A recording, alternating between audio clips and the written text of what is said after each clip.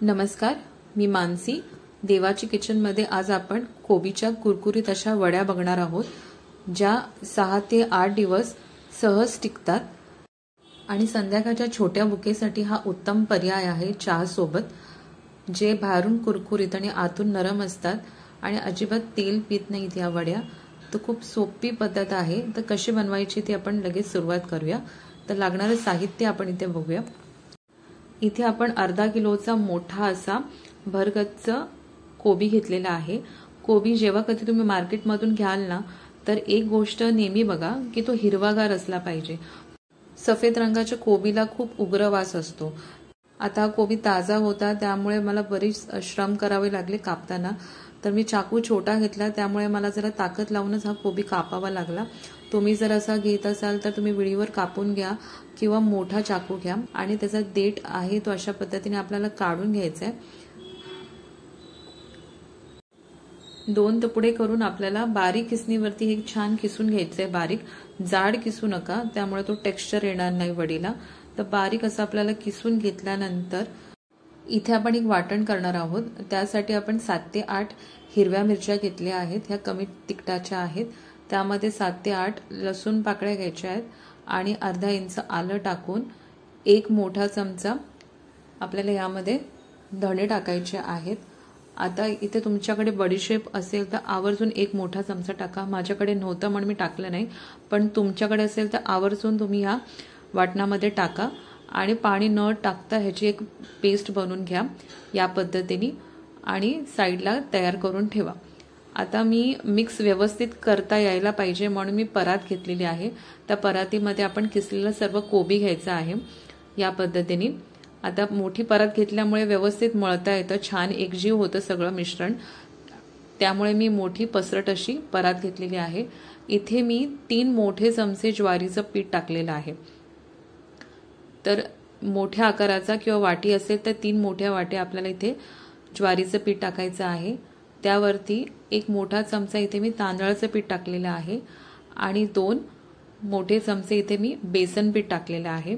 तर 3 चमचे ज्वारीचं पीठ, 1 चमचा तांदळाचं पीठ आणि 2 चमचे बेसन टाकलेलं आहे. इथे मसाले टाकूया आपण सुके. तर 1 चमचा लाल तिखट म्हणजे काश्मीरी लाल मिर्च पावडर मिळते ना, ती टाकायची. अर्धा चमचा हळद, 1 मोठा चमचा धणापूड, थोडंसं हिंग म्हणजे जवळजवळ अर्धा चमचा आपल्याला हिंग टाकायचा आहे. चवीनुसार मीठ टाकायचं आहे. इथे सेंधव मीठचा वापर केलाय, साध्या मीठाचा वापर केला तरीही चालेल. त्यावर आपल्याला मुख्य घटक म्हणजे सफेद तीळ 2 मोठे चमचे भरून टाकायचे आहेत आणि आपण जे वाटण केलेलं होतं ते यामध्ये टाकायचंय आणि व्यवस्थित मळून घ्यायचंय. मळताना पाण्याचा अजिबात वापर करायचा नाही. कोबीला बऱ्यापैकी पाणी सुटतं, त्यामुळे त्या पाण्यामध्येच हे मिश्रण व्यवस्थित मळून घ्यायचंय. आता मळताना जर तुम्हाला लक्षात आलं की ते खूप कोरडं झालंय तरच किंचितसं 1 ते 2 चमचे पाणी टाकून मिक्स करा. गरज पडत नाही शक्यतो. आणि एकदमच पातळ झालं असेल तर ज्वारीचं पीठ थोडंसं आणि बेसन पीठ टाकून त्याला थोडं घट्टसर तयार करा. आता लक्षात ठेवा, हे मळताना दुसऱ्या बाजूला आपल्याला पाणी उकळत ठेवायचं आहे, कारण कोबी बऱ्यापैकी पाणी सोडतं आणि हे मिश्रण पातळ होत जातं, त्यामुळे वड्या व्यवस्थित होणार नाही. त्यामुळे एकदा मळताना आपल्याला बाजूला गरम पाणी तयार ठेवूनच द्यायचं आहे. मग मी दुसऱ्या बाजूला कढईमध्ये गरम पाणी गरम करत ठेवलेलंच आहे. व्यवस्थित हे मिश्रण एकजीव झालं. आता इथे मिश्रण मिक्स करताना तुम्हाला कोथिंबीर हवी असेल तर तीही टाकू शकतात. इथे प्रॉपर कोबीची चव आली पाहिजे म्हणून मी कोथिंबीर टाकली नाही आहे. चिटकायला नको म्हणून थोडंसं 1 चमचा मी तेल टाकलेलं आहे आणि थोडंसं मळून घ्यायचं आहे आणि जितकं लांब आपल्याला गोळा तयार करून स्टीममध्ये ठेवायचं आहे तेवढा आपल्याला आकार द्यायचा आहे. या पद्धतीने लांबट आपण जसं अळूवडी किंवा कोथिंबीर वडी करतो ना, त्या पद्धतीनेच आपल्याला लांबसर असे हे गोळे तयार करून ठेवायचे आहेत.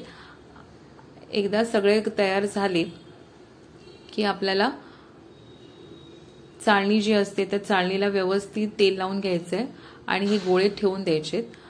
आता मी इथे हे जे आपल्याला लो टू मीडियम फ्लेमवरती 15 ते 20 मिनिटं शिजत ठेवायचे आहेत.